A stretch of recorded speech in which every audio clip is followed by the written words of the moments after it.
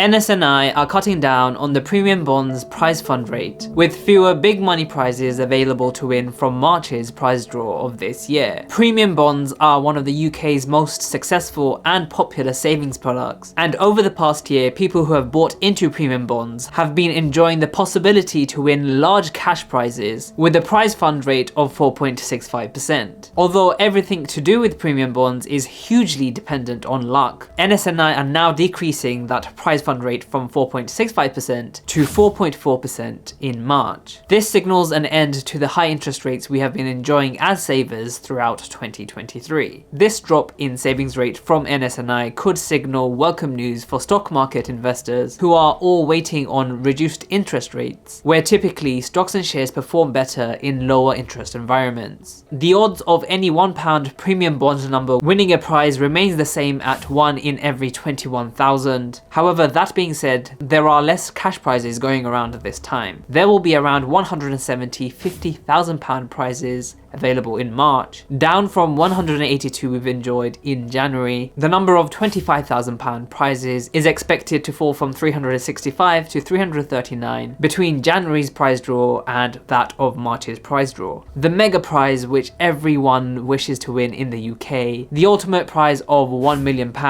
is still available to 2 incredibly lucky winners in March's draw. However, one cash prize going up, which might not be welcome news to anyone, is the dreaded £25 winnings. That number of cash prizes is increasing from around 1 million back in January to around 1.4 million in March. So NS&I, if you don't know, is backed up by the UK Treasury, and they together set targets for the net amount of financing it should raise. So therefore, NS&I has a duty to balance the interest of savers, taxpayers, and the wider financial services sector. Last year, NS&I delivered £7.7 billion of net financing in the second quarter of 2023, bringing in 9.8 billion in just half a year. However, its net financing target for 2023 to 2024, which was set at last year's spring budget, was £7.5 billion, with around plus minus £3 billion.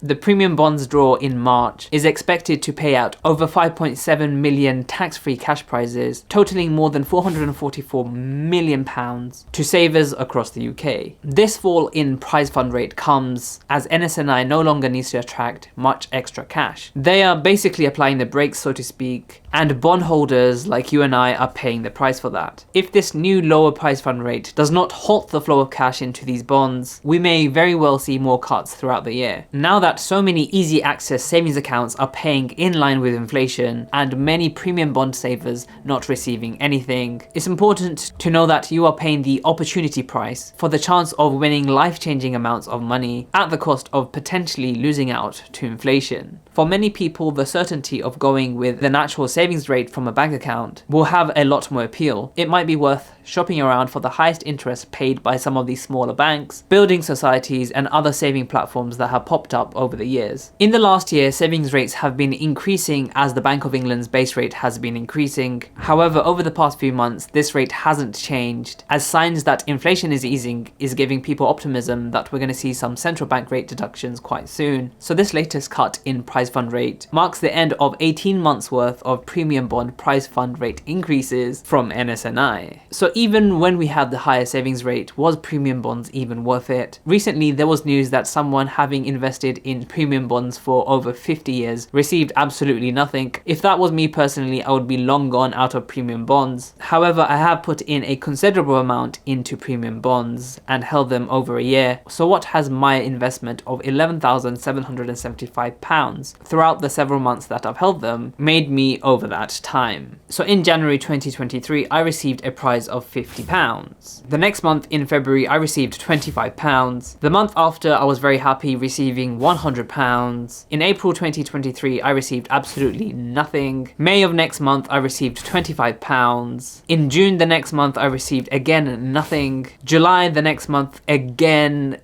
on a streak with £0 earned. However, in August my luck changed a little bit and I received £100. In September of the next month, again with my holdings, I received £0. The next month, October 2023, I received £50, yo-yoing me back and forth between not winning something and winning something, keeping me in the game and invested in premium bonds. In November the next month, they kept me in with a small prize of £25, and at the end of 2023, in December, I received absolutely nothing. And a few weeks ago in January 2024 prize draw, I received again £0. So my money weighted rate of return is 3.18%, and throughout the months that I've held premium bonds, the amount that I've deposited changed and the prize fund rate also changed, so I am actually personally very happy with the winnings that I've gotten. Now going forward, as the prize fund rate drops, it may prove to become less lucrative for me to keep money into premium bonds. However, the benefits of premium bonds are the fact that they are completely tax-free and they're very safe kept into these premium bond accounts. Now I still have to make the decision as to whether I'm going to take out the premium bonds and put them into a bank account, giving something like 5% as an annual rate of return. If you want to see the breakdown of my earnings that I've received last year, check out this video over here, and also make sure to check out some of my other videos, and I will see you in the next video.